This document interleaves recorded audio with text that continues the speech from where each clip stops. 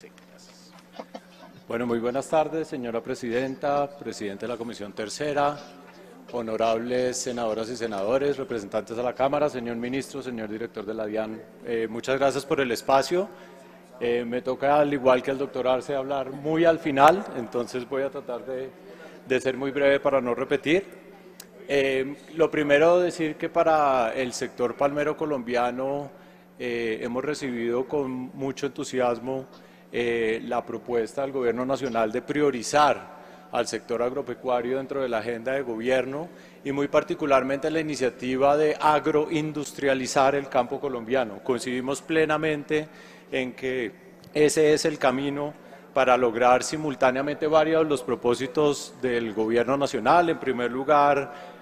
asegurar o fortalecer la seguridad alimentaria del país. Yo creo que eso es una preocupación que compartimos todos en un ambiente inflacionario donde los alimentos han contribuido de forma significativa a ese aumento de la inflación, fortalecer la capacidad productiva nacional sin con esto comprometer nuestra capacidad exportadora. Es un propósito loable y el sector palmero está listo para contribuir en esa dirección. También porque creemos que, como lo dijo el ministro hace un tiempo, la transición energética en Colombia va a implicar una transición en el modelo exportador y la búsqueda de una canasta exportadora diversificada también es una política sana, es un objetivo sano de la política pública, y el sector palmero, que hoy en día es la principal exportación no tradicional agropecuaria que tiene este país y tal vez la única nueva exportación agropecuaria significativa que tiene el campo colombiano en las últimas 2 décadas, pues nos alinea plenamente con eso. Este año llevamos cerca de 550 millones de dólares exportados al cierre del primer semestre de este año.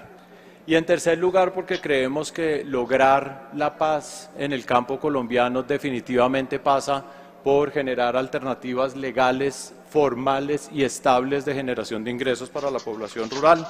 y el sector palmero se caracteriza precisamente por eso. Somos un sector con altísima formalidad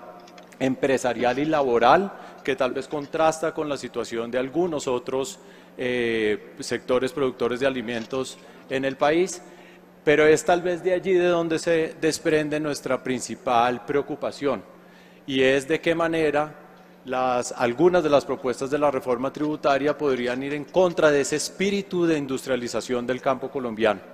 Y me refiero básicamente a 3 de ellas, han sido mencionadas por quienes me han antecedido, pero para ilustrar cómo afecta al sector palmero. El primero es el encarecimiento del costo de capital con el impuesto a las personas jurídicas y su combinación con los impuestos a los dividendos y a la ganancia ocasional. Este, que es un sector plenamente formal, recibirá de pleno ese mayor costo del capital, y eso necesariamente pues tendrá que reflejarse posteriormente en el costo del producto. Así que en esa lógica de controlar un poco el precio de los alimentos, pues encontramos que tal vez allí no hay una alineación. Tal vez sectores menos formales, esa preocupación es menor, pero en nuestro caso la formalidad, independientemente del tamaño de los productores, porque nuestros productores, desde los más pequeños, que son cerca del 85% de los palmeros de Colombia, son plenamente formales en lo empresarial y tienen altísimos grados de formalidad en la contratación laboral, en nuestro caso casi llegando al 85% de los 200.000 empleos que genera esta cadena productiva.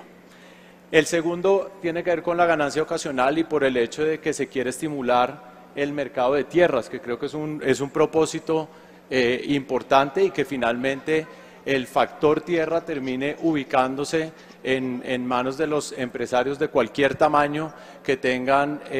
la forma más eficiente de explotarla. Pero un alto impuesto a las ganancias ocasionales yo creo que va a ir en contra de las transacciones formales de tierras y nuevamente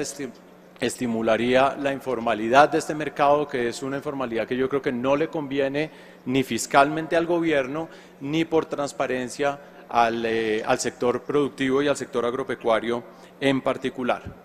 Y si bien es cierto, ministro, que el gobierno ha tomado la decisión de no tocar los temas del IVA, desafortunadamente en nuestro caso hay una disparidad en la tarifa a la cual se gravan los aceites refinados en comparación con los aceites crudos. Y creemos que esto ha generado un estímulo a la informalidad en el mercado de aceites que ha afectado fuertemente a esta industria. Creo que me antecedió en algún momento en el uso de la palabra la vocera de la industria refinadora, pero lo que sí hemos encontrado es que se empieza a ver una cadena de informalidad desde la compra del fruto hasta en la cual se evaden los parafiscales, hasta la comercialización de los aceites refinados, en los cuales hay una evasión de IVA muy significativa, cercana, se estima al 50% del mercado de los aceites que consumen los hogares colombianos. Así que, entendiendo que es uno de los temas que han querido dejar por fuera la discusión de la tributaria y tal vez en seguimiento a las menciones que hacía el Instituto de Derecho Tributario, pues tal vez habría unos ajustes que no son de tarifa, que no tendrían implicaciones sobre el costo de la canasta familiar, pero el aceite refinado es el único producto de la canasta familiar que está grabado a la tarifa general del IVA. Muchas gracias por el espacio. A usted, muchísimas gracias.